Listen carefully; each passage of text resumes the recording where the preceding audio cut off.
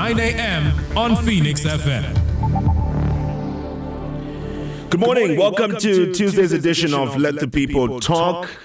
Feels good to be back. I haven't been on the show in a while. And today we are together. My name is Jimwega Chileshe. Interesting enough, on today's program, we'll get to examine the question that has increasingly dominated public debate. You've probably come across this debate, this conversation in the country on Zambia's economy. Is it truly improving? And if so, why is it that a number of citizens are still complaining around the cost of living and complaining that they're struggling when it comes to making ends meet? And since taking office in 2021, the United Party for National Development, UPND administration, has highlighted economic milestones such as the debt restructuring. We've heard around conversations around the increased investor confidence, growing mining investments, a stronger kwacha, which is still quite topical. But the question still remains on how much of this is translating into the everyday lives of citizens, and how does the recently launched UPND manifesto align with the aspirations of the people of Zambia? We unpack this with seasoned economist, also National Road Fund Agency board chairperson, Mr. Noel Nkoma. Good morning and welcome to Let the People Talk. Good morning, Shimweka, and good morning, listeners out there. And happy to be here and happy to see you. It has been a while when we last interacted, and I think it's important that these conversations continue. And I think I should state from the onset that I'm not here to defend a record, but I'm here to speak to a record. Right? And you only defend something that you yourself may believe that you have not persuaded people sufficient enough to be able to believe your story. So I'm here to speak to a record of the UPND administration under President Hakainde Hichilema from 2021 to 2026. And I think in so doing, I'm happy that you have indicated in your preamble that the manifesto that we are now using as a unique selling proposition to the people of Zambia has to come into play. And I think it will be a very interesting discussion.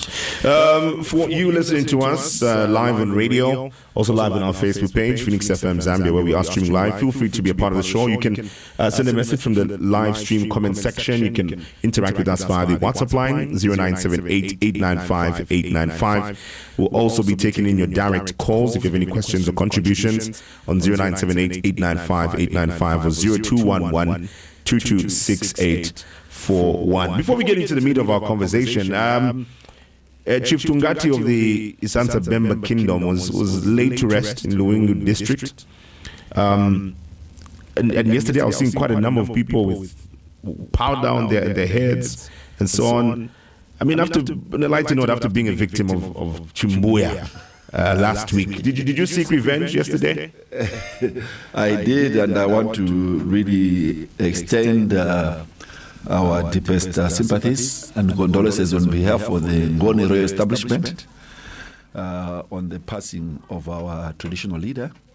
And what you saw yesterday was just a jonko.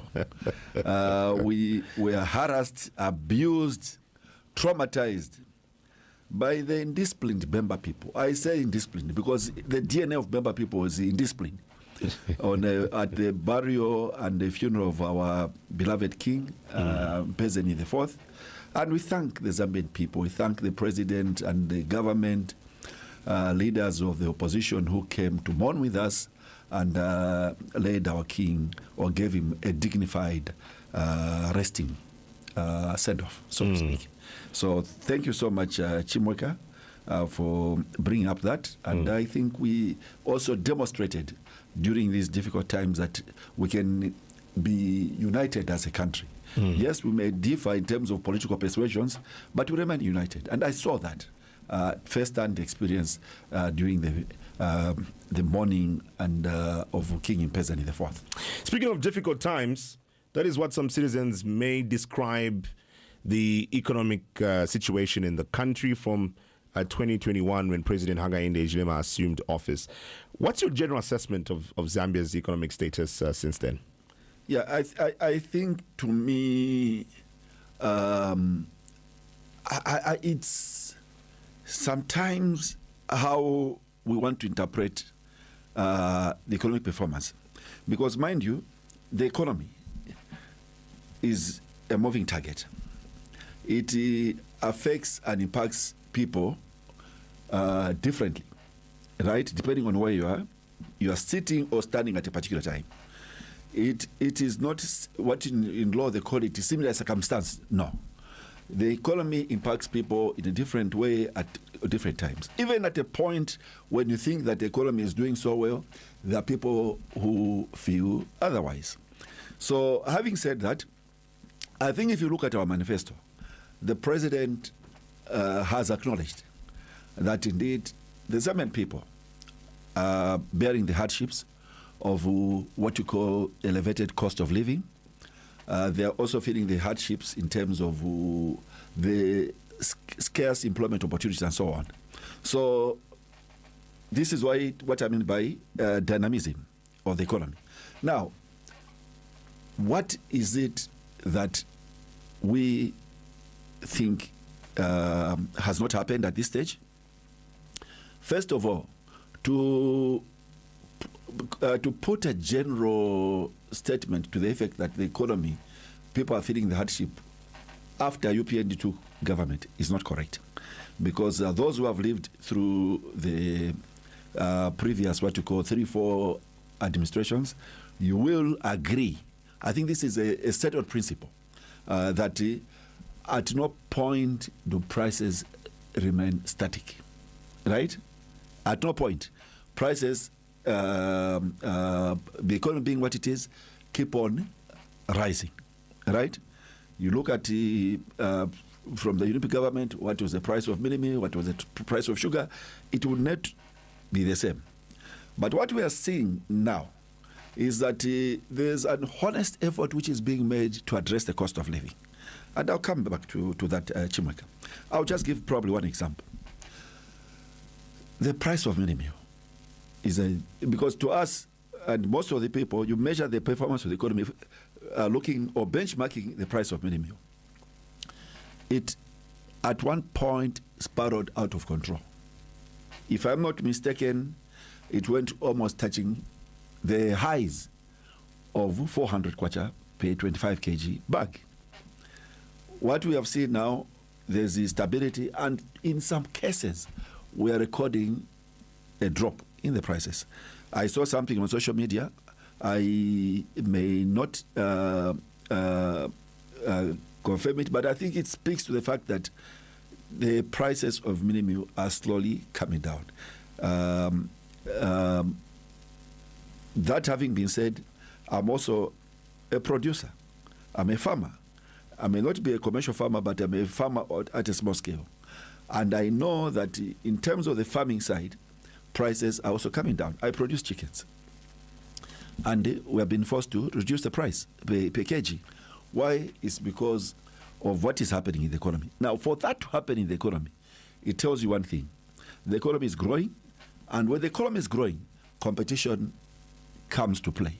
Now, when competition comes into play, price adjustments happen on their own, right? So if you speak to the issue of the cost of living, all I can say, which we can discuss as we go on, is that there's a honest attempt to address the cost of living, from having first to accept that indeed this is inflicting negatively on our people, right? Now, one of the things that you must also understand, which is very important, is that for the economy to be able to benefit the larger society, it needs to grow. It needs to grow.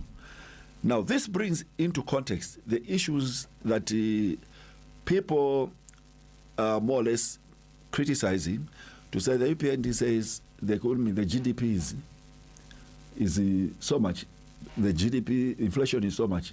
the exchange, but we're not feeding it. It's only on paper. Yeah, let me explain it to you now. First of all, you cannot share poverty. You only share wealth. Right? You cannot share poverty, you only share wealth. A small economy, this in size, in terms of, because the measure of the economy is GDP. We may not like the word, but that's a fact. That is how you measure the size of the economy. Now, if you have a small economy, like what we had in 2021, which we assumed in 2021, we assumed an economy of what GDP? 18 billion. Now we are sitting at 30 billion. It tells you that something has happened. Wealth is being created. Wealth is being generated. And that is how I will now be able to demonstrate to you how that is impacting on the Zambian people and on our country as a whole.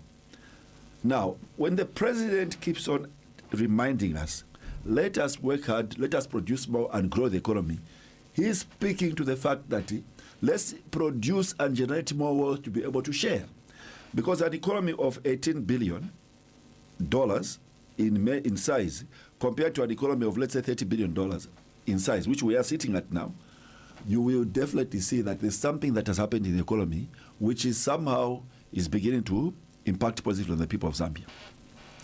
Now, what the UPND government focused on upon assuming office is to deal with the structural imbalances in the economy, the macro economy. Because first of all, for you to benefit, the bigger economy has to be, first of all, recalibrated or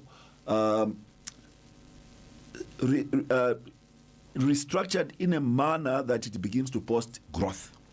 Now, to start with, Chimweka, when we assumed government, the economy was on a downward, right? Now, it has been brought back into what you call productivity, whether it's a mining, whether it's infrastructure, whether it's agriculture, whether it's energy, and so on. Now, what we should be now saying, the conversation we should be having now, is that now that the macro economy, the bigger economy has been more or less stabilized, what should we expect from the UPN government in the second term, right? The president in the manifesto speaks to what we call jobs, and the increased productivity. Now, how does that happen? I'll give you an example. In 2021, when we came into government, we were a net importer. I want to give practical examples so that you are able to relate to what I'm saying, to what the economic performance. We were a net importer of fertilizer, right? And the outflow in terms of fertilizer import bill was $500 million every year. $500 million every year. And we had how many? Maybe 5-6 companies who were the major importers of fertilizer, employing what? A limited number of people. When I say limited number of people, maybe a company was employing how many? To the most, maybe 50 people, right? Because if you are just going to be importing fertilizer, if the fertilizer comes here, you just need to deliver it to northern province, southern province, and so on. You don't need scale in terms of employment. The president says this was not sustainable. Why? Because the farmers were at the mercy of these 10 or whatever importers of fertilizer, and spiking the price, but at the same time, not impacting on the economy positively. What do I mean? We're exporting jobs. Because that $500 billion was going into, whether it was Saudi Arabia, whether it was UAE, it was creating jobs. Whether it's China, it's creating jobs in those countries. But we're also dealing with an foreign exchange issue, right? The more foreign exchange outflows the country, it impacts on the pricing of the currency. The kwacha was what? Taking a hit, depreciating. The president and his government took a bold decision. This has to stop. 2 years, 3 years down the line, we have now switched to a net exporter of fertilizer to the region. This $500 million which used to go out of the country is now coming into the country. That is what, remember you spoke about the exchange rate? That is what you are seeing in the exchange rate.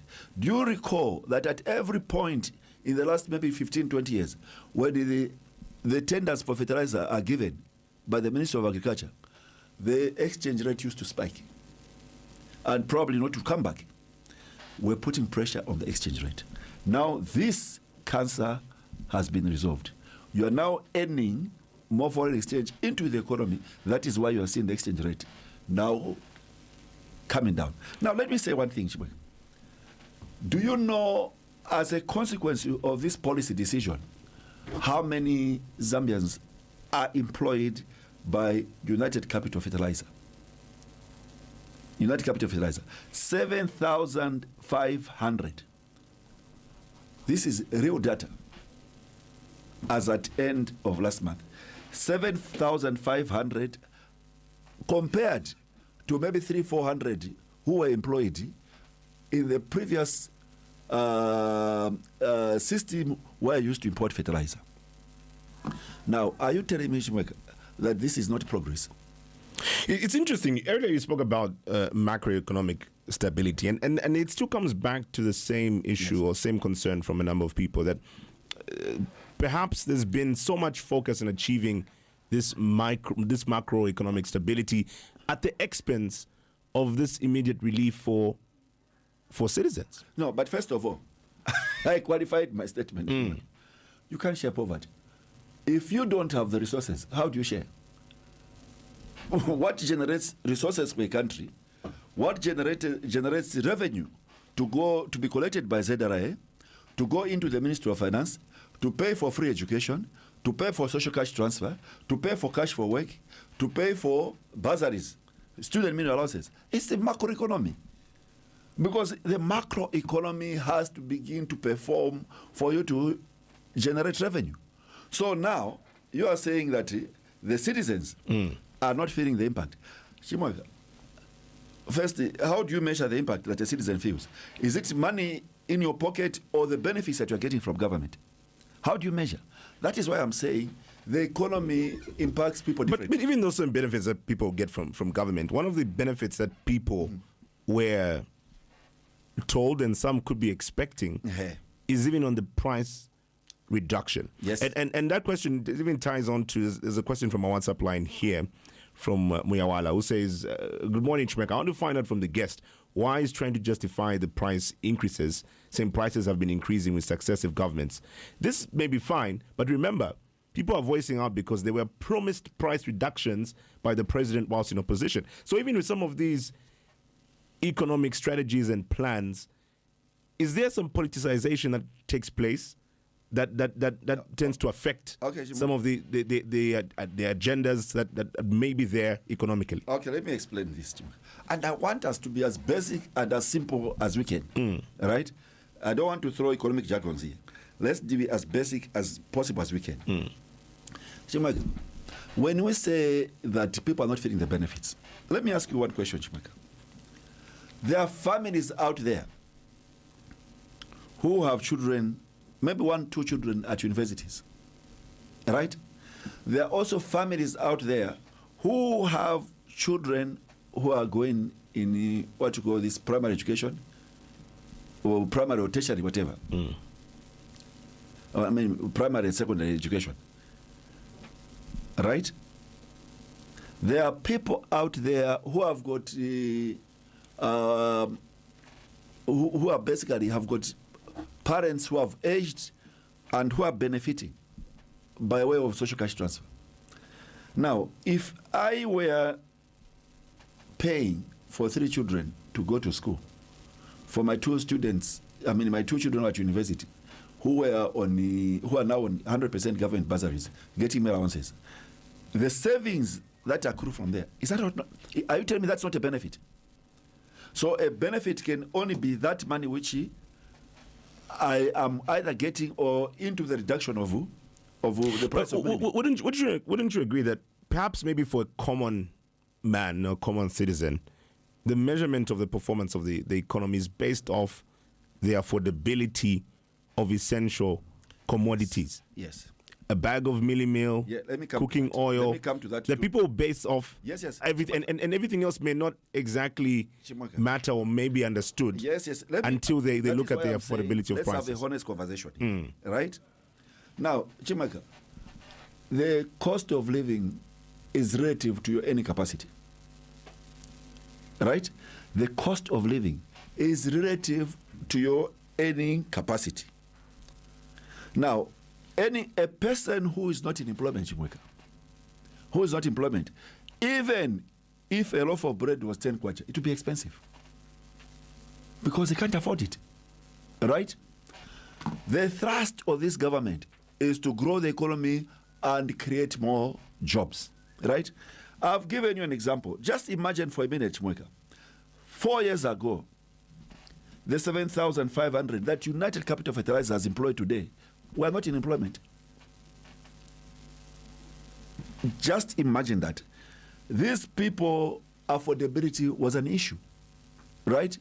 Now that they're able to earn a decent income or wages, affordability becomes relative.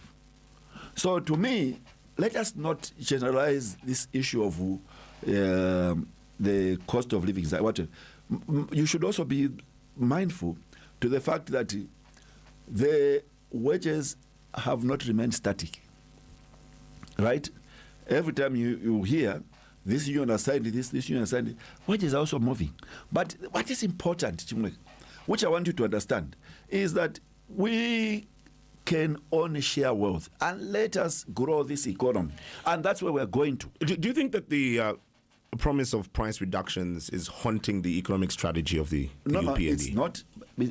I've just said to you, Chima, that the prices of minimum, was it last week? I saw it. And by price reduction, the price reduction, there is a price reduction. from where it was found in 2021. That's the yardstick. There's no economy, Chimweka, where our prices don't move. Even America, even UK, there's an inflation index. What does that tell you? But this particular argument, Jones sends this message, has a background to it.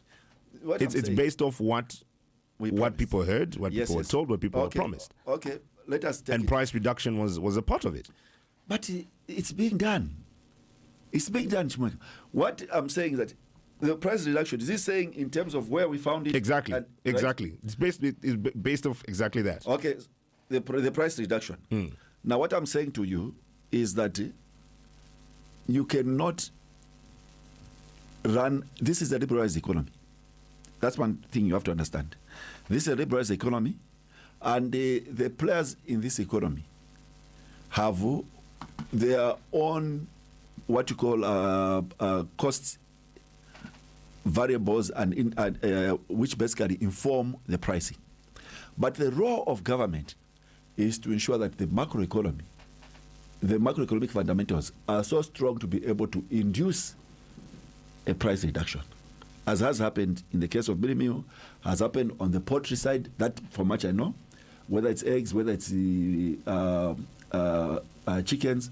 But we need a bigger push to be able to grow the economy so to bring in more competition, right? And this is where we're going to. So speaking to our manifesto 2026 to 2031 is specifically trying to address the issues of this push to grow the economy. So we may be in denial that nothing is happening, but the fact is that something is happening on the economy. You cannot expect that economy which had more or less shut down and immediately a new government takes over, then things become rosy. The president has said, we have laid a foundation. And this foundation, we think, is strong enough to be able to push to the next phase. You remember that the last address to media briefing that Dr. Stombeko Musokotwane had was saying that now that we think we have achieved a strong what you call macroeconomic base, we are now going into the second gear. The second gear is that we are going away from this IMF program. We are going into another accelerated IMF program, which is going to speak to growth, which is going to speak to productivity and, most importantly, affordable access to finance for the private sector. But let's still get back to the question. So do you think that promise of price reduction is haunting this economic strategy? No, but how can it haunt the economic strategy when it seems people like Jones still have that expectation. No. But what I'm saying, Chimoka, it cannot haunt when I qualified it. A honest attempt is being made to reduce the cost of living. It has been acknowledged in the from where it was found in 2021. It can't be. It can't go back. So maybe that's the answer. Maybe that's the answer right there. That it's not possible, right? There's no way. I'm yet to come across an economy which functions like that. There's no way. If we found the price of mini meal under, let's say, MMD or PF was, let's say, 200 kwacha per bag, which economy in the world? But you see, the same question you have is the same question some people asked on how exactly it would be done. But people at that point, income levels are going up. Are they acknowledging that? Just tell me, just pick up the phone, call any, whether it's a bank worker, it's a civil servant, whether the salary that they had in 2021 is the same salary that they're having now. Why are we so fixated to the issue of low cost of living, not talking to in terms of the increased earnings and wages? That's the fact. It's a correlation. So unless you were telling me that the wages have remained static, salaries, incomes have remained static, and the prices have gone, it may make sense. But I know that wages and incomes are going up. That is how the economy functions. So let us not, I think, muddle ourselves into the confusion of saying, looking at only one side of the debate, not addressing the other side of the debate. And I've said it on this program before, that the biggest problem that we've had as a country, because the economy has not been growing at a rate where we can really see prosperity and wealth distribution, we have always shortchanged ourselves in terms of the general wage or salary increments, which are always below the inflation rate. What it basically tells you is that inflation is ahead of you and your wages salaries are behind.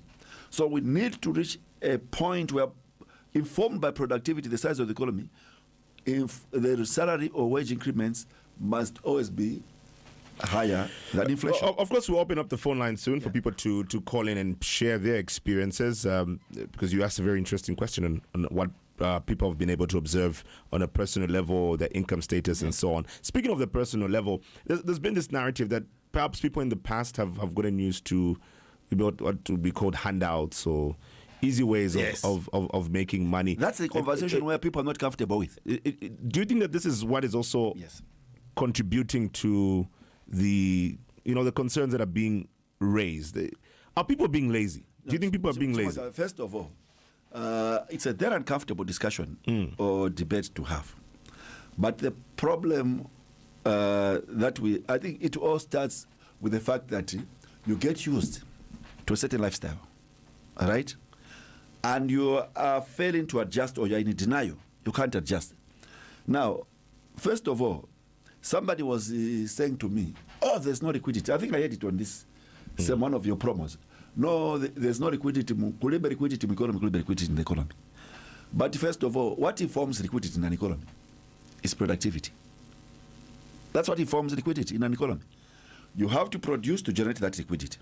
Now, if people, Shimaka, are saying that they are not what you call able to afford,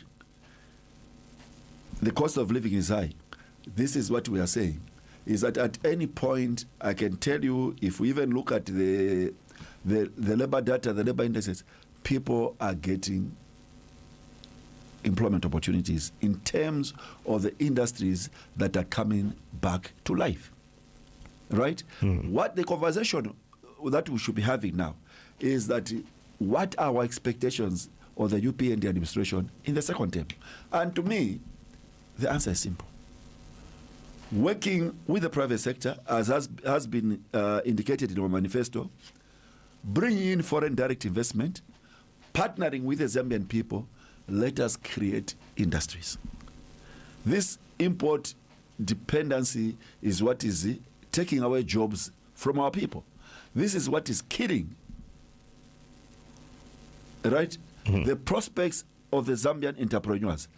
We now should be saying to ourselves, those things that we consume at scale, let us begin to produce them locally. Because if Chimweka, you were to open a factory producing rubber, I open a factory producing, let's say, bubble gums, we stop importing bubble gums from South Africa. You employ 10 people, I employ 30. That is what grows an economy. Not jumping on a bus, on a plane, going to import to come and supply. Let us now change our mindset to say, colleagues, we have reached a stage where now the prospects are looking bright. There's demand for this product. Let's partner and create industries. Lusaka and the Copper Belt,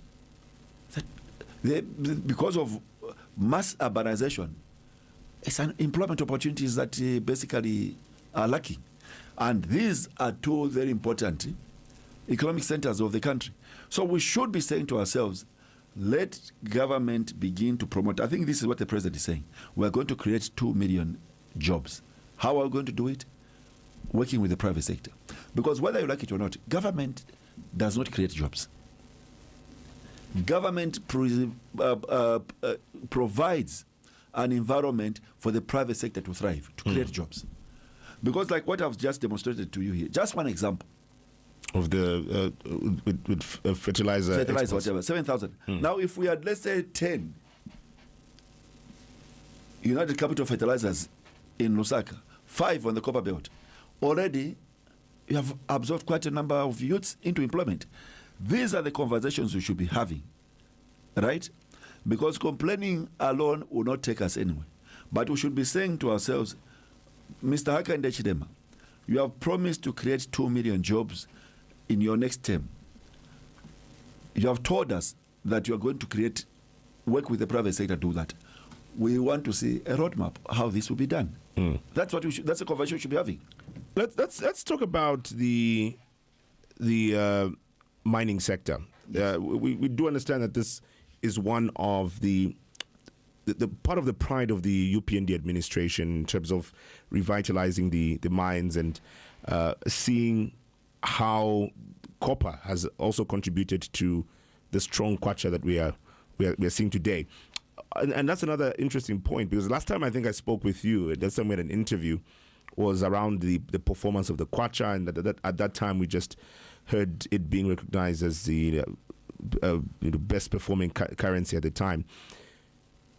From your projections, how long do we see this stability of the kwacha, or the performance of the kwacha staying as it is? Is it still in line with your projection? Yeah, it's not easy to tell at this stage, because there are so many geopolitical factors at play, which is beyond our control as a country. And I think, to me, looking at what has obtained in the last few months,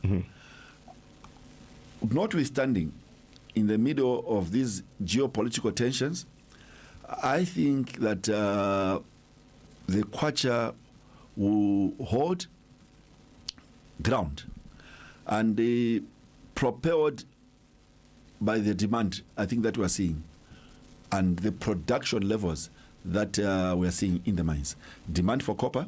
And now I think, if my figures, if my memory serves me right, we may or may just be about to touch 1 million metric tons production, which is a good place to be looking at the demand for copper. In our manifesto, I think this is one of the pronouncements that the president made when we assumed office. He wants to take this to 3 million tons, 3 million metric tons. So I think, by and large, we think that we are in a good space. That is why you are now seeing that issues around the cost structures in the productive sector are now, those who are dependent on import of raw materials are beginning now to make adjustments. Now, still on the mining sector, and looking at what we've been able to see from it, we've seen that there's been a lot of talk around investor confidence, which has been restored, leading to the revitalization of the mines. How do you also reconcile this? So how can citizens be able to celebrate this investor confidence in relation or correlation with the financial revenue that we benefit from this country, or lack thereof? Because that's been a major concern for a number of people, that we're not benefiting as we should from our mine, from the mines, directly from the mines. Yeah, but like what I said earlier, when you talk about benefit, right? To me, it is it doesn't hold, right? When I say it doesn't hold, we should first of all look at mining from a holistic point of view. You have acknowledged, right, that your kwacha is now getting stronger against our major convertible currency, which is the dollar. It's getting stronger. Now, that strength is translating into what? Cheaper imports, isn't it? In terms of kwacha terms. Is it translating into, somehow feeding into the general benefit in terms of those industries which basically want to bring in capital goods and so on? So, are you telling me, Chimeka, that is not a benefit? Now, who has made it possible for the kwacha to be strong? Take out the mines in the equation. Where would the kwacha be today? That's a benefit. But the problem is that we still believe that, notwithstanding what is happening in the mines, it is a miracle that the kwacha has just strengthened itself. Then two, look at the revenues, whether it's mineral royalty tax, whether it's the corporate tax, all the taxes that the mines continue to pay to the treasury. Look at that's partly what has contributed, not even partly, by large, for you to have capacity to be able to pay your external debt. The debt has been restructured. These mines are paying the taxes in dollar. You know why they're paying the taxes in dollar, not in kwacha? To be able to have a smooth what you go pay off for the debt. So if the Minister of Finance says we have released 20 billion, or we are every quarter we're releasing 20 billion to pay our external debt, where is the money that coming from? You should be asking yourself. I've taken time to look at some of the manifestos of other political parties that are contesting in the presidential election this year. The leadership movement, part of their plans as well, the Citizens First, their plans, if the Zambian people give them the mandate to form government. And part of their agenda is ownership of the mines by Zambians. And you know that this is a conversation that continues. For the UPND, what's the projection around this particular agenda? And even as you explain more on this, let's speak towards building capacity to ensure that this happens. Okay, Chimaka, I just want to hear from them, right? And I respect their thinking. I've got no issues with it. But if you are going to say that you want to own the mines and building capacity in Zambia to own the mines, how are they going to achieve that? Why do I say? I say this with the most sincerity in terms of acknowledging that they've got a role to play and so on. It's easier said than done. We have owned mines before. As a people, as a country. But the best approach to it was what went wrong. Right? What went wrong? Are you with me, Chimweka? The entire ZCCM, all those mines were owned by the Zambian government. Not even in 10%, 100%. Run by Zambian engineers, run by Zambian managers, but what went wrong? I think to me that should be the starting point. Then two, if you are saying that you want to own the mines, we took over Mopani copper mines. Which year was that? 2018, 2019, when we pushed out, is it Glencore? You remember, Chimweka? Under the PF administration. We took over the mines, we shall run the mine. what happened to that mine? It went into ICU. It remained with a huge debt.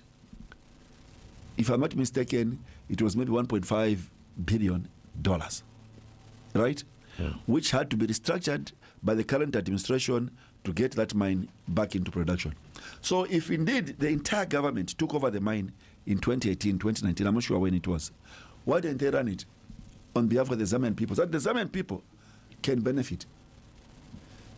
Mining is not small business. It's high capital intensive business, right? Even in Congo DR, the biggest producer of copper, probably in Africa, going over 3 million tons. Their biggest mine is Kamo in Lualaba province. Who owns it? It's not the Congolese government. So in short, this agenda is not as all realistic. The resource base that Congo has, by any measure, Congo is maybe the richest country in this part, is in southern part of the equator. Why don't they own the mines? If you go to Congo today, mines are owned. So what does it say about this idea of owning the mines in Zambia and fitting into the UPND agenda? We have a stake in the mines. Almost all the mines, we have a stake. But of course, you understand what people mean when they speak of the ownership of the mines. So are we saying that this is not exactly feasible, especially not anytime soon? But let me just ask you one question. We have got Zambians who are into Dr. Mlenga, I think, is running a manganese mine. Whatever. So at any point, if the Zambians are able to raise the capital, I don't recall any government which has said no for them to own a mine. Right? If Zambians can raise the capital and make an offer to either Mopani or KCM, whatever, it becomes a commercial transaction. And I don't think government can stop. Any reasonable government can stop that. So if you told me that Zambians came together, they raised the $1 billion and they approached the government that they want to buy off their stake in KCM so that they can take over KCM, and the government has refused, that's a different story. So you own something only when there's exchange of value. You don't own anything just by sitting and chanting, no, we need to own the mines. There must be exchange of value. Right? Either by direct investment in the mine or acquisition. And I can promise you today, if Zambians had to mobilize money sufficient enough to persuade the owners of these mines to sell, they would be probably buy the mine.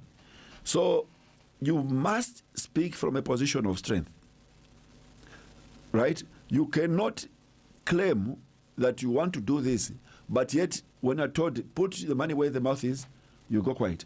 So what I'm saying is that it's as simple. We are a stakeholder or a shareholder in all the mines through the CCMIH. And what has stopped Zambians from subscribing for more shareholding into the CCMIH so they can have a bigger stake in the mines? The problem that is there is that you want things to be given for free. To say, oh, here is Mopani Copper Mines. It had gone down, out of production. Now it's back into production.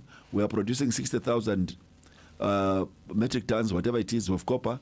Then Zambian government, with your people, take this mine. It doesn't work like that. Speaking of the mining sector, what can we point at to prove also that the government has invested in diversifying the economy beyond mining? Because we understand that diversification has been a major talking point in this country. But are we really seeing this, especially under this administration? But what are the major thrusts in terms of growth? Agriculture. You remember the pillars that the president spoke about? Tourism. What are the numbers telling us about agriculture today? And again, the problem that we have is that when we talk about agriculture, I want to talk about maize. But I want to talk about livestock. We want to talk about wheat. I want to talk about soya. What is happening in the agro-processing industries? Right? There's a movement forward in those areas. We had a bumper harvest last year.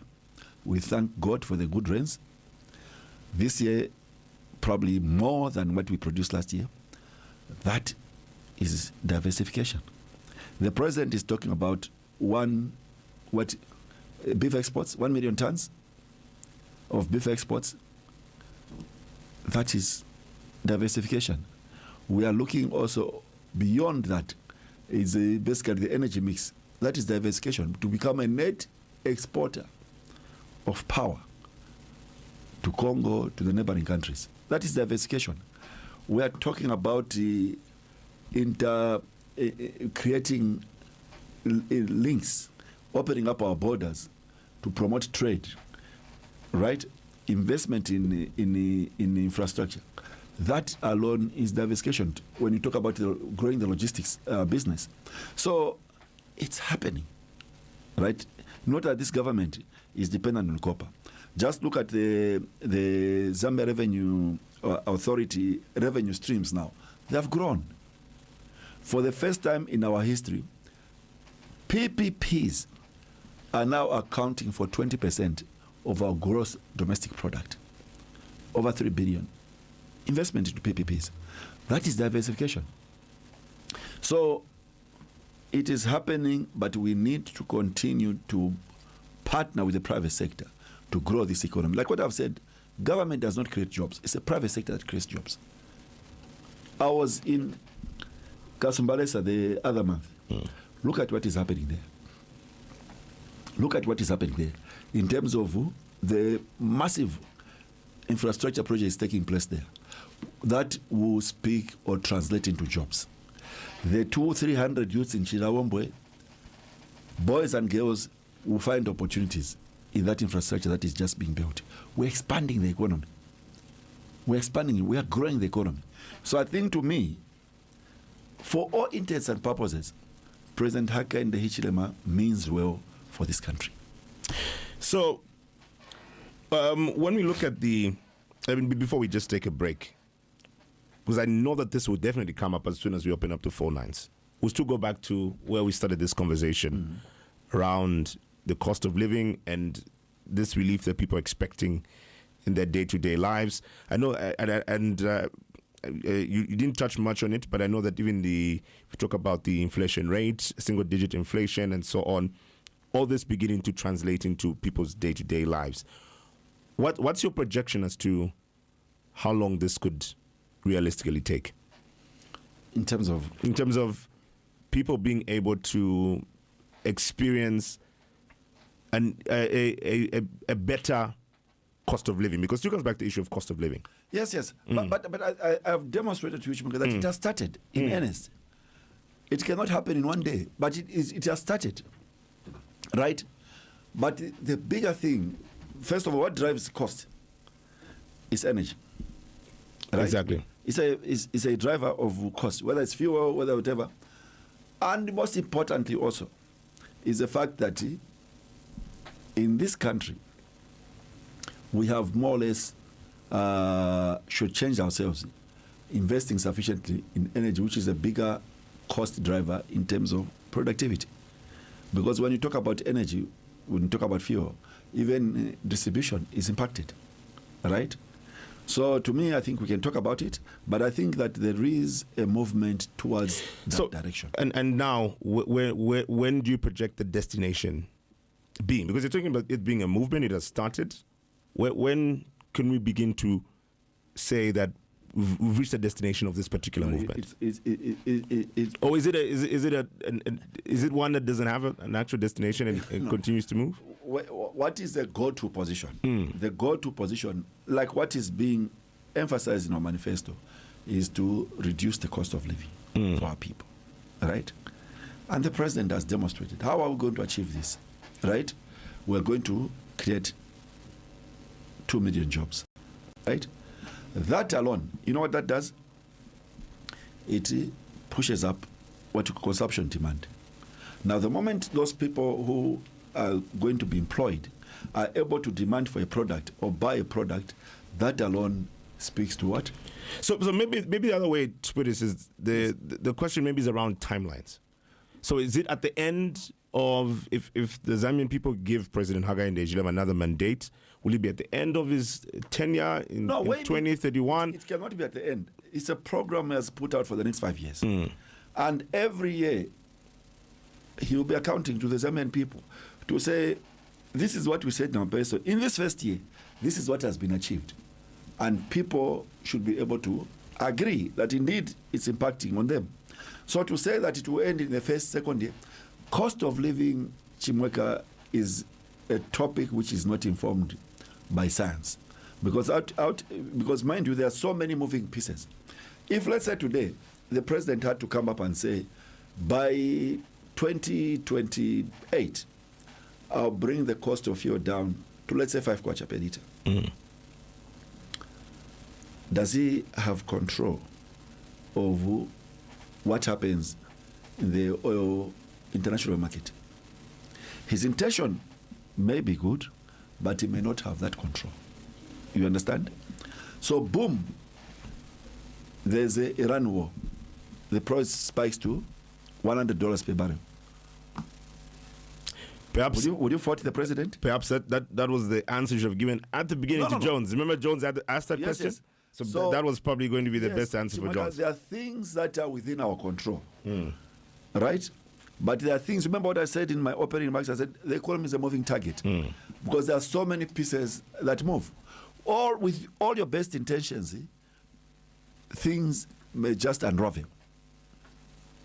And the different factors contribute to what eventually stands out as the But what is important to make, I should qualify, is a leader like President Hakainde trying to make a honest effort to deal with this. Let's take a break for the community news. After that, we'll open up the phone lines. We'll dedicate the last hour towards the contributions via the WhatsApp line, our Facebook page, and also via the phone calls. You'll be calling in on 0211-226841 or 0978-895-895. The time right now is 10 hours. This time check was brought to you by Stanbic Bank. Phoenix FM. Check. There we go. 106.7 Mwanze. The community news on Phoenix FM. The headlines: Mambwe District exceeds the maize production target for 2025-2026 season, and blood transfusion support praised in Northwestern Province. With the community news, I am Paddy Mugando. Mambwe District has exceeded the maize production target for the 2025-2026 farming season. Mambwe District Agricultural Coordinator Henry Mukulumoya says the district targeted a maize production of 21,350 metric tons for the 2025-2026 farming season. Mr. Mukulumoya said the district, however, managed to surpass its target by producing 28,995 tons of maize. He added that the output was, however, slightly lower than the 29,082 tons produced during the 2024-2025 production season due to the negative impact of floods experienced across the district in March 2026. The DACO further advised farmers to retain sufficient food stocks to guarantee household food security in anticipation of the El Niño weather pattern.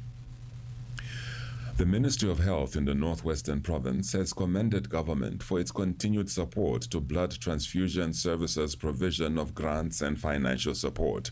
Speaking on behalf of the provincial head clinical care, Dr. Joshua Chisanga, during the World Blood Donor Day commemoration in Solwezi yesterday, consultant surgeon Dr. Chipo Lundu said that government's investments in blood transfusion have enhanced the capacity to mobilize blood donors, conduct blood transfusion activities, transport blood safely, and ensure that health facilities across the province have improved access to blood.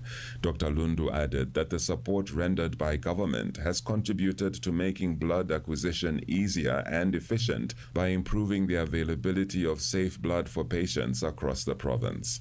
He appreciated blood donors in the province and the country at large, stating that blood transfusion plays a critical role in the health systems. And the province blood Transfusion Center Coordinator Collins Kabila highlighted the importance of collective efforts in saving lives through blood transfusion, stating that the blood transfusion service is a collective responsibility. This year's Blood Donor Day was commemorated under the theme One Drop of Humanity, Give Blood, Save Lives. To end the community news, the headlines once again. Mambwe District exceeds maize production target for 2025-2026 season. And blood transfusion support praised in the Northwestern Province. Ends the community news. Keep listening to Let the People Talk. The community news on Phoenix FM.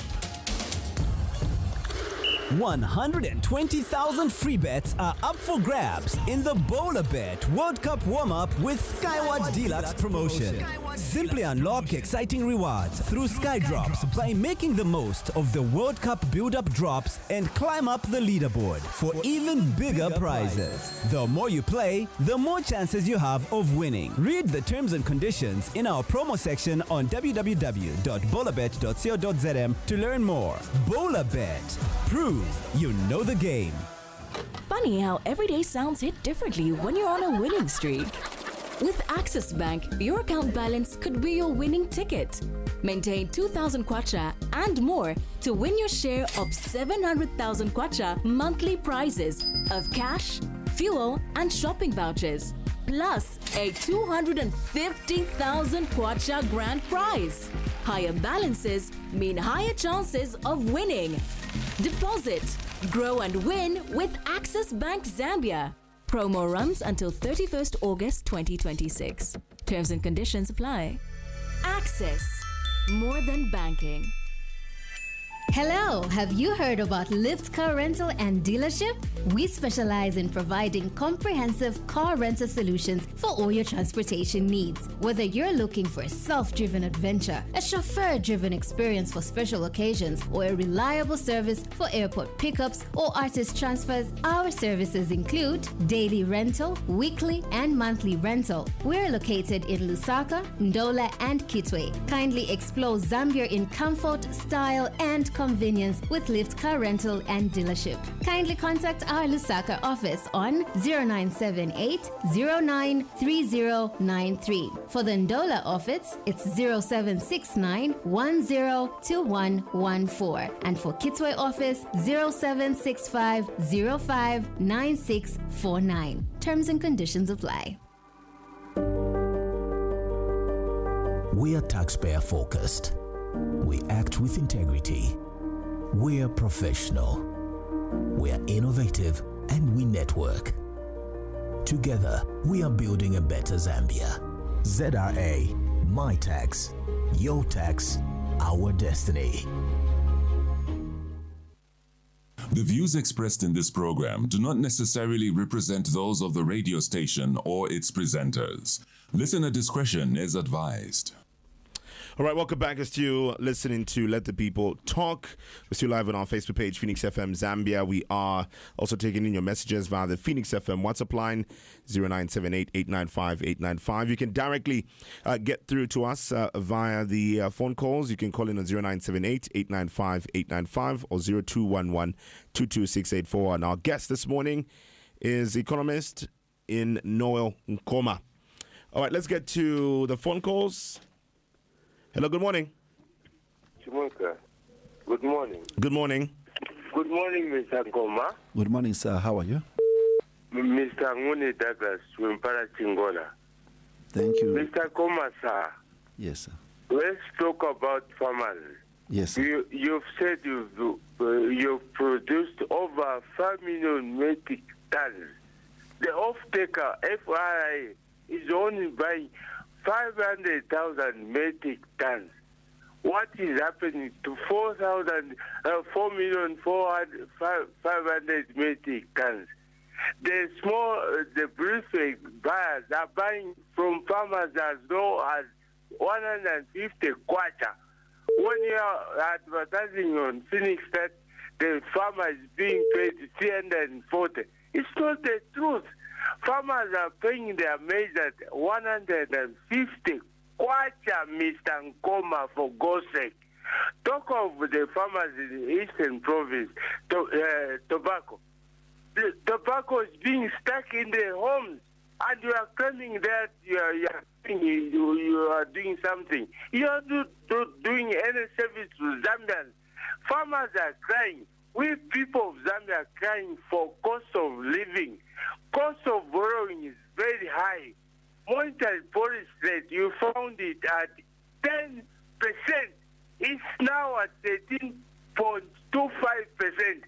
Cost of borrowing is very high. Cost of doing business is very high. The electricity tariffs are very expensive. Your solar power are not cheap. Hydropower is not cheap. Fuel is not cheap. What are you saying, Mr. Nkova? Stop lying to people. Stop lying to Zambians. I'm glad you are stating your own medicine. You are lying to Zambians. You won't be voted. People are suffering. Period. All right, thank you, Mr. Nguni. Let's take two more calls before we get a response from our guest. Good morning. Hi, hello, Sangoma. Good morning, sir. How are you, Honorable? I'm okay, thank you. And how are you? Hello? I'm okay, thank you. And how are you, sir? I'm okay. You are talking to Lukuru Voice, Smweka. Good morning. Good morning, Lukuru Voice. I would like to say that you have said what's supposed to be said accordingly. We congratulate you for that, Sangoma. What's happened in this country is we should let it appreciate. If the other government that if they have done what happened has done and they bend it, this amount could be talking about something else. The country was taken down. You remember? We were negative 2. And remember that we had a wage freeze, we had employment freeze. The PF, they were not employing, they were just trying to replace him. That's why you saw the number when they employed. They employed 2,015. How to do that? In the country like Zambia with 20 plus million people, they do that.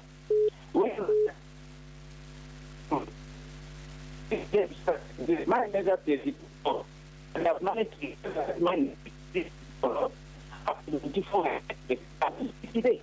All right, look, Voice, we can't. Your line is not too clear. Your line is breaking. You are not getting it correctly. We're not able to hear you clear, but this sounds better now. So what I'm saying is that what the Europeans have done under difficult situations, okay, they need to. Okay, I seem to have a bad line there, and unfortunately we have to end the call there. But we're still taking your contributions, 0978-895-895, 0211-226841. Good morning. Good morning, how are you?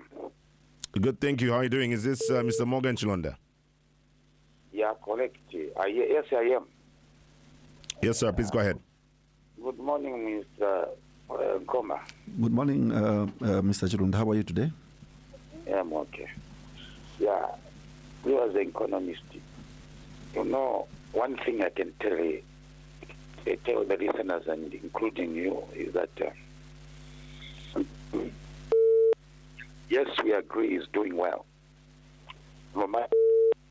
Those we respect the views of others, but for me, to my side, when you look at the exchange rate, it's running now to 17. Minimum price have been reduced to 220. Or good salary pushwa kusoweto. Sunga kule kaonga katu 220 kwacha a month. So this government has also employed most of them.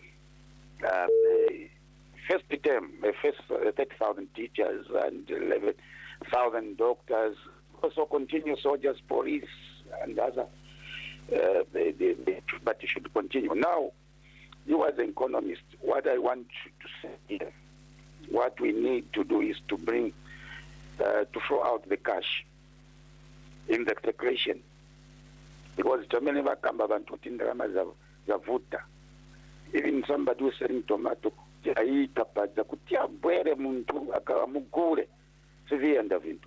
the people with shop, they've got their spares, talk about boutique, and the payment cash are not flowing. So bring cash in circulation. Agako. Vintu cheaper, yes, but cash, it will pay it. That's why they are saying it's very difficult. That's one the point we needed to do. I think thanks so much. All right, thank you so much, Mr. Chilonda. I'll take a contribution via the WhatsApp line. This one is from Malon from Kitwe. He says, "Hi Chumeka. As a supplier in the mines, I can safely say Mopani has never been the same. They claim it's performing far better, but the truth is the people of Kitwe can't feel these claims. Contractors have moved to Northwestern Province. Less talk, more action on the ground.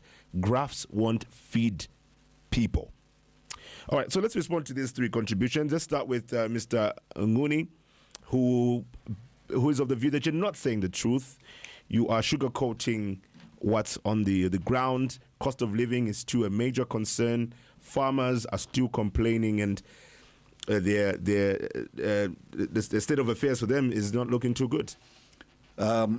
Thank you so much, and again, I appreciate the feedback that we are receiving, whether positive or negative. I think our responsibility is to explain to the Zambian people as things stand. So, Mr. Ngoni Douglas, thank you so much. You brought out a number of issues, but I can tell you, first of all, when you talk or you claim that cost of living has gone up, that is not correct.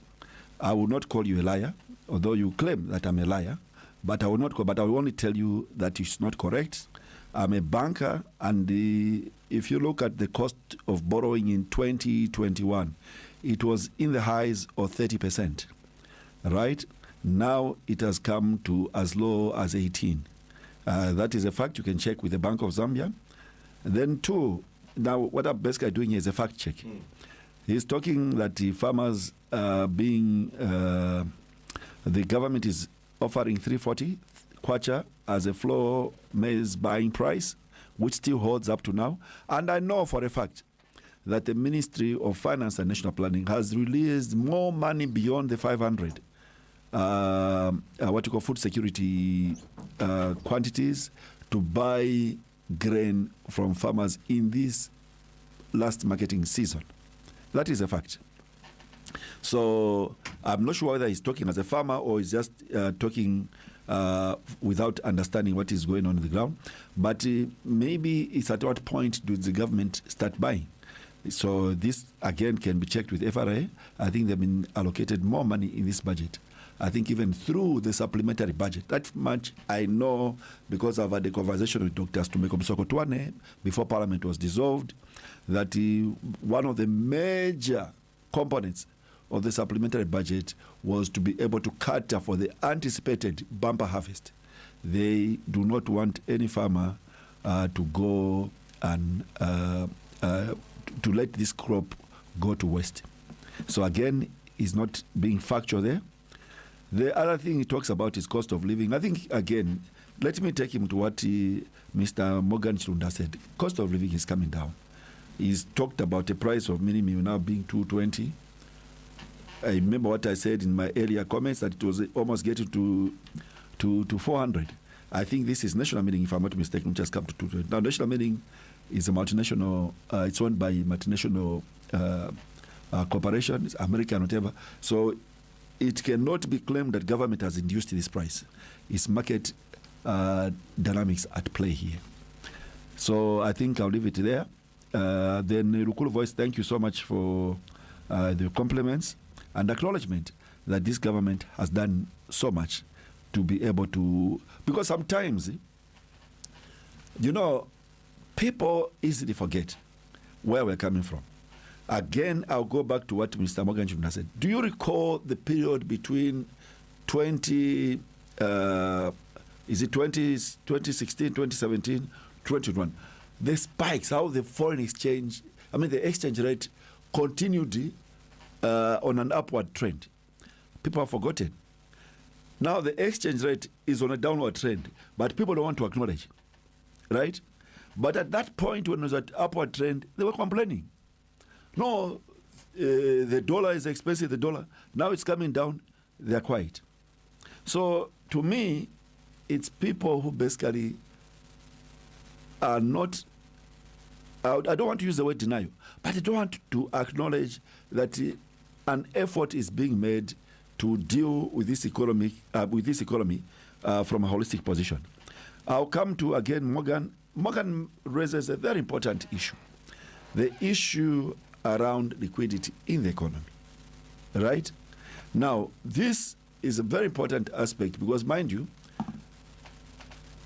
now that the economy has stabilized, now that we have the GDP is now going up, the government now has to come up with strategies to be able to deploy this liquidity into the market. I heard someone saying we have got 6.4 billion for the first time in the history of this country in foreign reserves. Why can't we, someone even say, why can't we share that when every Zambian is giving a share? No. What I'm saying is that now that we are here, the government now should begin now to deploy what we call expansionary policies, which basically goes to what you call wealth distribution, embarking on major infrastructure projects, domesticating procurement, so that the Zambians are able to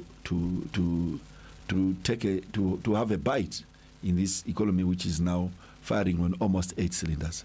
So I think that's it. Malon is talking about that Mopani is not the same again. They are not giving out what you call supply contracts. To me, the solution here, Malon, and I'm happy that you are in this space. The solution to me, let's begin to have a honest conversation with the mines. Say to the mines, you are benefiting from our God-endowed resource. Now, for you to produce 1 million metric tons, there are certain consumables that you are using on a daily basis. Would it be maybe roller balls or screws or rubber and so on? Let us domesticate the production of these goods. This idea of what you call supplier contracts, one person is given a contract for 20 million, he rushes to China, to South Africa, you buy, you bring, is not going to grow this economy. Colleagues, this is my earnest plea to the Republican President, Mr. Hakainde Hichilema, the government, that let us change the conversation now around the mines. We go back to the model that Kaunda used. It was easier for Kaunda because we own the mines. All the suppliers to the mines, we never even used to hear that South Africa were domestic. Right? They were employing thousands of people, more than the mines themselves. But they were supplying different products to the mines. Let's have a conversation in the second term to push industrialization around the mine supplier arrangements. But, I mean, we did see the local content statutory instrument, being signed. The Minister of the then Minister of Mines and Minerals Development was there in the presence of the Republican president, but was still getting some of these concerns from the mining communities in Northwestern Province. I also came across these concerns in Luapula, that despite the local content SI being signed, there's still these challenges around the local involvement of the locals within the mining sector. Where do you think that the problem could be here? I may not know because I'm not privy to the arrangements that go on in the mines. But I think if the Permanent Secretary, Minister of Mines, is listening to this with his team, I think you need to have a serious look at this. Because ultimately, it's a good intention to benefit our people. But if it's not being complied with, then it's a breach of your operating conditions in Zambia, and sanctions must follow. So we don't want our people to continue to remain in poverty. But again, it's a question of saying, you remember what I gave an example of United Capital Fertilizer? I keep on repeating this because this is a real thing that has happened. Where from a net importer of fertilizer, $500 million every year, where every Minister of Finance, Bank of Zambia, used to panic when that time comes. Where do we find $500 million to pay for this fertilizer? Now you are net exporter, you're now getting over $500 million. If we succeeded on the fertilizer front, why can't we succeed on the mines? There's a model already, there's a template. We did this. To me, this can be achieved, but it requires political will. You missed another point from Mr. Morgan Chilonda. Was talking about, yes, the exchange rate is doing well, but his concern is around liquidity, I've cash answered being that in circulation. I've answered that one. I said the next phase now should be an expansionary economy, where government now begins to embark on major projects, infrastructure projects. That's how you distribute wealth. It cannot be money given for free. There should be exchange of value. So government now should begin to say domesticate the contraction of this project so that Zambians are able to feel it. Let's get back to the phone calls. Good morning. Hello? Hello? Hello? You're through to Let the People Talk. What is your name? I cannot get to you. Hello? Hello, good morning. Okay, seem to have a bad line there. Let's try the next line. Good morning. Good morning, Jamaica. Good morning, Dr. Proud. Good morning, Honorable Koma. Good morning, Dr. Proud. How are you, sir? Dr. Proud. How are you, Dr. Proud? Jamaica, that one is real professional. Whatever way you are mentioning him, be it consultant, be it what. Have we seen how they handle road shedding in Sankoma? You handle road shedding 100%. You will sit with it to advise the government to put in Jensen in the whole market. I'm one of the people in garden compound, Masauka, who benefited through road shedding. During the PF, they were told, no, we are going to reduce VAT, go and buy your own genset, your own fuel. Right now, President Hakainde has managed to connect them through ZESCO, through Noah Nkoma. So we need to continue, Mr. Nkoma, and through the 13 August to continue to advise the government to work with the government. Don't listen to those people who are in power, such as Jane Kapata and Bundubile. Thank you very much. All right. Thank you so much, Dr. Proud. Is a contribution, get into some WhatsApp messages also so that we get to balance that out. Is a message that came through from, trying to get to it. Okay, let's run through them. Luby says, I like how Mr. Nkoma has unpacked the whole detail for ease understanding. Yes, the money saved have gone to increased needy areas like recruitment, education, social cash transfer beneficiaries, and more. At least we're able to see where the monies are going. While the government is making the environment conducive for growth, the private sector is participating in placing the cards to assimilate human resource and Who is that one again? grow the economy. That's Luby from Monze. Okay, Luby. We also got a message from, just try to get to one from Andrew. Seem to have lost it there. But got a message from Junior from Kalalushi says, both the cost of living and exchange rate is high and pathetic. If you say the government can't create jobs, then you are not thinking of being productive. On mines, you are highly negative by saying it's not possible for Zambians to own mines. Our mines, you are able to export fertilizers whilst we are here hit with high prices on the market for a 50 kg bag of fertilizer, which hasn't been reduced yet and keeps on escalating. Honestly, why? Please, we need tangible narration. Speak the reality. Zambians are just asking for one thing, the price of our commodity to reduce and be affordable. We produce maize, we have milling companies, but why all these high prices? All right. Okay, those are about some of the messages before we get to... okay, there's one from Nawa Linyandi. Says, good morning, Chumeka and Mr. Nkoma.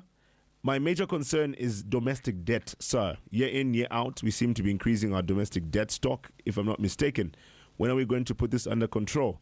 Secondly, we have stabilized the economy, and that's a positive step, and kudos to the government. When are we going to completely do away with supplementary budgets? All right, so let's move in that order in terms of the contributions that have come through. Okay, excellent. I'll start with Nawa. Again, Nawa Chinadi, thank you so much for that feedback. And I think we come to these programs not to hear praises of how we're doing, but I think also to hear in terms of what the Zambian people are experiencing out there. So now I think, thank you so much. But I think what I can tell you is that on the domestic debt front, it is coming down. If you look at the data that was unpacked by the Secretary to the Treasury in the last town hall meeting, just I think a week that Parliament was being dissolved, I think there was demonstration there that domestic debt has come down. I can't remember the actual figure, but it was trending downwards. So if Chimoeka can share with me your number, I'll send you the entire presentation. Then coming to the issue, I think that he raised in terms of the economy has been stabilized. I think it's important to understand, because you see, when we come here to sell our story. We come here to demonstrate that with all good intentions, we are making an effort to be able to better the lives of the Zambian people. Now, there's a difference between where we are coming from and where we are now. Our colleagues behind us destroyed this economy. But our administration is making a honest effort to reconstruct this economy. And under reconstruction, you may not expect to get that which could have been expected, and rightly so, but it's a process, it's a journey. I'll come to Louis from Mose. Thank you so much for your comments. Then Junior Karulushi, I think he said something like you read it too fast. I can't remember what Junior Karulushi said. Okay. Let me just for the sake of clarity, just get back to his actual message. Let me just quickly try to get back to that quickly. Okay, can't seem to. Okay, there it is. So it says about the cost of living and the exchange rate is high and pathetic. If you say the government can't create jobs, then you are not thinking of being productive. You're being negative by saying that it's not feasible for Zambians to own mines, which are our mines. But you're also able to export fertilizers whilst we are hit with high prices of the same fertilizers on the market for a 50 kg bag, which has not reduced yet and keeps on escalating. It says, please, we need tangible narration. Speak to the reality. Okay, thank you so much, Junior Kalulushi. Cost of living, I think I've dealt with that. But I think all I can say is that there's now evidence on the market that prices have not only stabilized, that they are beginning to come down. So I gave an example, and as far as we're concerned, the cost of living is reflected in the price of minimum. I've demonstrated that. It's coming down to 220. Why? It's because of the bumper harvest. There's so much product in terms of grain on the market, and there will be more grain in this farming season, to the point that I can see that this may also be impacted positively. By coming down. Because you remember economics, basically supply and demand. The more supply, the more the supply side, the more the supply side, then also the price is impacted positively. You talked about, what I said is that, let's be very clear here. Go to any, what you call developed world, be it Singapore, be it UK, be it America. Look at the fraction of those who are employed by government compared to what is employed by the private sector. My dear Junior Karulushi, government is not in the right place to create employment. They only create an environment for the private sector to move in and create wealth. And wealth is what creates employment. So for us to think that for you to get a job, you have to wait for government to create that job, it won't happen. Right? Government can only employ so few. In fact, an efficient government is a lean government, because decisions which support the economic environment in terms of supporting the private sector is what will take us from abject poverty to prosperity. So the moment we psych ourselves to believe and understand that we have got a role to play by supporting each other in the private sector, only then our lives can be bettered, the better for this country. Lastly, let me just, the issue that he speaks to, he says that I'm saying that it's not feasible to the Zambians to own mines. I did not say that. What I said is that I do not recall any government having denied the Zambians to own a mine. No. What I said is that it has to be an exchange of value. If you go to what maybe he's saying is that government should tell Mopani or Konkola to say, today you're out of here, we're taking over the mine. That's not how commerce works. What I'm saying to you is that if Zambians mobilize resources, I think they can own a mine. Right? Zambians own the Copperbelt Energy Corporation. Zambians, and a successful it has reached what? 1 billion? The market capitalization? For the 100 million, I can't remember what it was. But it is a dream come true that Zambians can come together, put together the resources, and create an enterprise which is contributing so much to this country, the Copperbelt Energy Corporation. I only wish there were Zambians who could partner and make an offer to Mopani Copper Mines. So I think I've dealt with more or less all of the questions.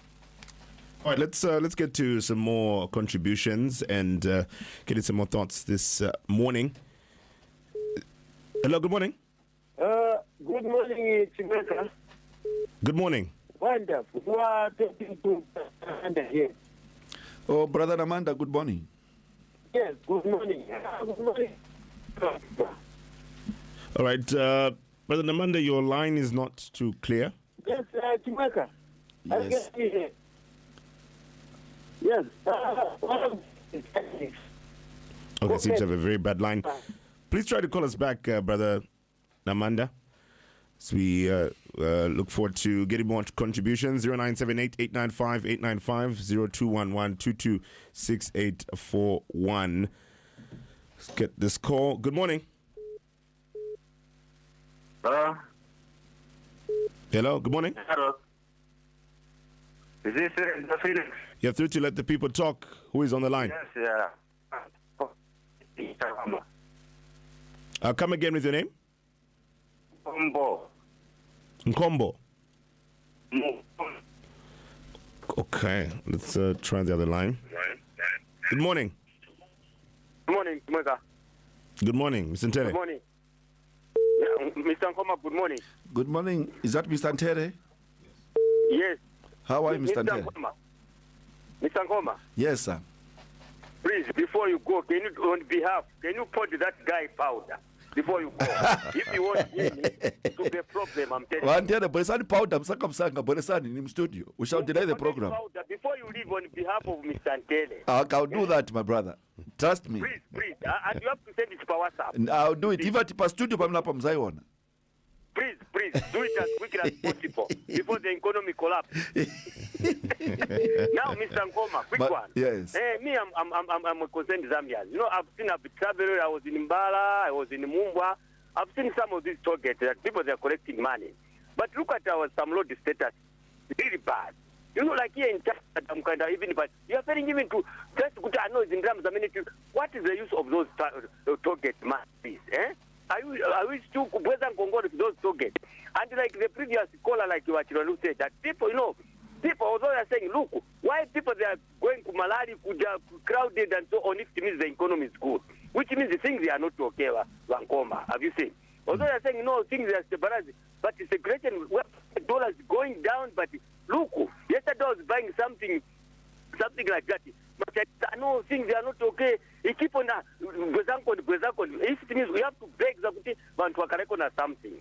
So as we are talking now, the economy, I'm telling you, okay, on paper, I usually say, Mankoma, you can do the paperwork very 100%. I can't even deny. But you go background, what is happening, I'm telling you. You have got a lot of challenges. Even if you are buying at 70 quarter now. Which one? And the people, they don't have any money in circulation, tomato in and so we have to work out all those things. So I'm telling you, Ankoma, things, okay, the way I'm talking about it, they are very good. But my concern about it, this man is being corrected by Tollgate and so on. The road which are there in compound, Kuzingaru, maybe and so on, they are very bad. Where do you take those money? Please, okay. Ankoma, economy is very good, but please, before you go, please, do as usual. If it means you want it, the economy will collapse. Okay, Ntere, too bad, I guess, for Mr. Ntere. He's a bit late to the party, quote-unquote party, because the chief has been put to rest. Sorry, Mr. Ntere. But let's take some more calls. Good morning. Good morning. How are you? Good, thank you. How are you doing? Very much fine. Nkoma mwakati ali mkwasi. Nauka mwakati ani? Na Musanje warutumira kwa kanyama. Amsanje. Please go ahead. Mauka buti badala. Mukwasu bwino. Zikomo. Apitirize muziwa. That's why tumujitani tumilimbikisani kuti free education mupitirize. Zikomo. So that zikwanisa kuziva kuti chamene varunena vankoma apa ni chichani koni. Yeah, zikomo. Epe tuona kuti kukhala bwino kuchipa kaunga ndiye kwabwino koma vakatuza kuti tiye tikalime tikupasani maroni aya. Yo siyana mwende ku CCF yaliko ku Ministry of Agriculture yaliko bwanani mutengeko ntaka. Ndiye kuchipa kwa vintu vikapaka muziko. Yes. Nishimwambira bwino. Yeah. Kama vantu murukana kuenda kuchita production muvuna jabe vitu vibwere pamahala. Yes. Singateke economy munjira yaso That's why tulukondera tukotwa aya nokuti vaendera campaign. Mamele pamele through education vanali kukana lero vakamba kuti vazapitiriza. Vakamba kuti vazajezera. Vakuru vakuyuza mamira akawanda lero mukamba kuti zaka zikapa koma ndiko civil servants ati dirty swap ni vanhu vavasiya munkongole ma civil servants chimwewo chifukwa simunali kurundira masalari yawo. Yes. Yayi mulungu akudzaisena otherwise ankoma muri uchita bwino mukwasu. Well, Musanje, thank you so much for coming through. Some more messages that have come through via the WhatsApp line this morning. The message that came through from Andrew says, morning, Comrade Nkoma. You're articulating issues very well. The problem is people don't understand the principles of economics. What they want is cheap meal. They don't see these other things which trickle down to them, e.g. free education. There's a trickle-down effect. UNIP left meal at 17 kwacha. MMD left it at around 80. PF left it at 180. Now it's around 230, and it's coming down due to bumper harvest we had. What is this thinking of saying we should go back to 50 kwacha per kg? Is this reasonable thinking? What about the farmers? You mean we should reduce the selling price? Common Zambian, let us think outside the box and not only with our stomachs. Well, there's a message again in relation to that. Good morning, Mr. Nkoma. Is it fair for Zambians to judge UPND based on the promise they made before coming to power? For example, Milimil. That's Mr. Who? This is now Mr. Joseph Chanda from Lusaka. HH promised to bring down the cost of Milimil. It's now at 300 kwacha. Fertilizer was at 650. He promised to bring it down to 250, but it is now at 1,350. He promised to build universities in every province. The first term has built none. He promised to end load shedding. Zambia experienced the worst load shedding ever. Should Zambians believe the new promises when all the old promises have failed? And the second question is, how can we say the economy has been growing in the past 4 years when there was load shedding of the worst kind in the history of the country? Energy is a driver of the economy. So maybe we can start with these two last contributions. Okay. Thank you so much, Joseph Chanda, I believe. Joseph Chanda, I think you raised very important issues. But let me put it to you. The UPND government made promises informed by their intention to be able to actualize them when in government. Because mind you, at that point, let's just differentiate the HH in opposition coming into government and the HH in government now seeking a second mandate in the next election, promising in the manifesto that has been released now. These are two distinct documents. Now, why do I say so? The UPND government in administration may have had an idea of how much work required to be done to get to actualize the promises, but they did not have